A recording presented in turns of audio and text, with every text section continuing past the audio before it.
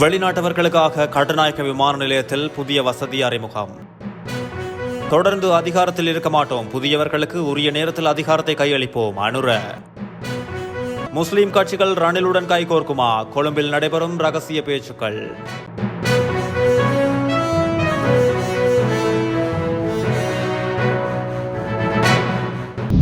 வெளிநாட்டு சுற்றுலா பயணிகளுக்கான சாரதி அனுமதி பத்திரத்தை கட்டுநாயக்க விமான நிலையத்தில் வழங்க மோட்டார் போக்குவரத்து திணைக்களம் ஏற்பாடு செய்துள்ளது.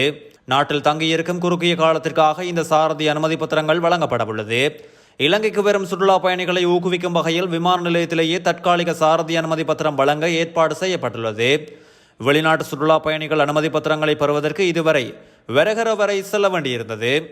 இது தொடர்பாக சுற்றுலாத்துறையில் ஈடுபட்டுள்ள தரப்பினரும் சுற்றுலா பயணிகளும் அவ்வப்போது விழிப்புணர்வு ஏற்படுத்தி இந்த நடவடிக்கையை மேற்கொண்டுள்ளனர். இதேவேளை இந்த நடைமுறை மூலம் அதிகளவான சுற்றுலா பயணிகளை கவர முடியும் என திணைக்களம் எதிர்பார்த்துள்ளது. எப்படி இருப்பினும் இலங்கை வரும் சுற்றுலா பயணிகளுக்கு அவர்களின் நாடுகளில் வழங்கிய ஓட்டுநர் உரிமம் கட்டாயமாக இருக்க வேண்டும் என குறிப்பிடப்பட்டுள்ளது. தேசிய மக்கள் சக்தி அதிகாரத்தை கைப்பற்றியவுடன் இலங்கை தீவு பாரிய மாற்றங்களுக்கு உள்ளாகும். நாட்டின் அனைத்து துறைகளும் விஞ்ஞானபூர்வமாக கட்டமைக்கப்படும். அதேபோன்று தொடர்ந்து வயதாகும் வரை அதிகாரத்தில் இருப்பதல்ல எமது நோக்கம். உரிய நேரத்தில் இளைஞர்களிடம் அதிகாரத்தை கையளித்து விடுவோம். இவ்வாறு தேசிய மக்கள் சக்தியின் ஜனாதிபதி வேட்பாளராக களமிறங்க உள்ள அனுரகுமார திசாநாயக்க தெரிவித்துள்ளார். மேலும் தெரிவிக்கையில், ஜனாதிபதி தேர்தலில் தேசிய மக்கள் சக்தி வெற்றி பெற்றவுடன் நாடாளுமன்றம் கலைக்கப்படும்.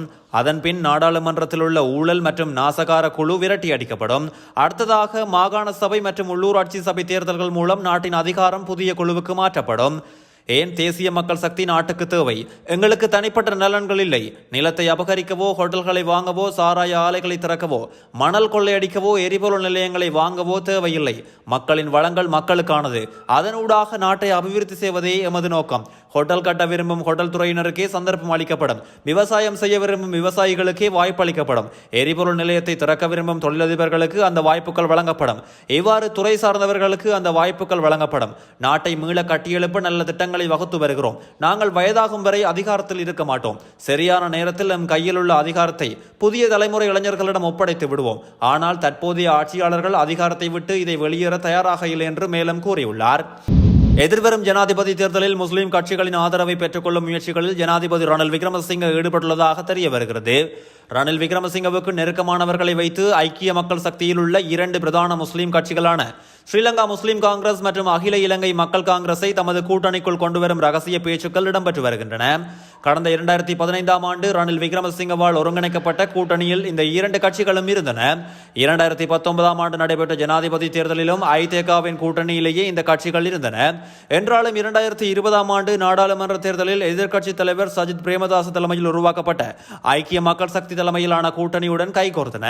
தொடர்ந்து அந்த கூட்டணியிலேயே இந்த கட்சிகள் இரண்டும் பயணித்து வருகின்றன. இந்த பின்புலத்தில் ரணில் விக்ரமசிங்க தமது கூட்டணிக்குள் ஸ்ரீலங்கா முஸ்லிம் காங்கிரஸ் மற்றும் அகில இலங்கை மக்கள் காங்கிரஸை கொண்டு வந்தால் முஸ்லிம் மக்களின் குறிப்பிடத்தக்களவான வாக்குகளை பெற்றுக்கொள்ள முடியும் என கணக்கு போட்டுள்ளார். ரிசாத் பதியுதீன் மற்றும் ரவுப் ஹக்கீமுடன் இது தொடர்பில் ரகசிய பேச்சுவார்த்தைகள் இடம்பெற்றுள்ள போதிலும் அவர்கள் இதுவரை எவ்வித சாதகமான பதிலையும் அளிக்கவில்லை. அண்மையில் ஊடகங்களுக்கு கருத்து வெளியிட்ட ரவுப் ஹக்கீம் தாம் ஐக்கிய மக்கள் சக்தியின் கூட்டணியிலேயே இருப்பதாக தெரிவித்திருந்தார். என்றாலும் ரிசாத் பதியுதீன் இதுவரை ஜனாதிபதி தேர்தல் கூட்டணி தொடர்பில் எந்த கருத்துக்களையும் வெளியிடவில்லை என்பதும் சுட்டிக்காட்டத்தக்கது.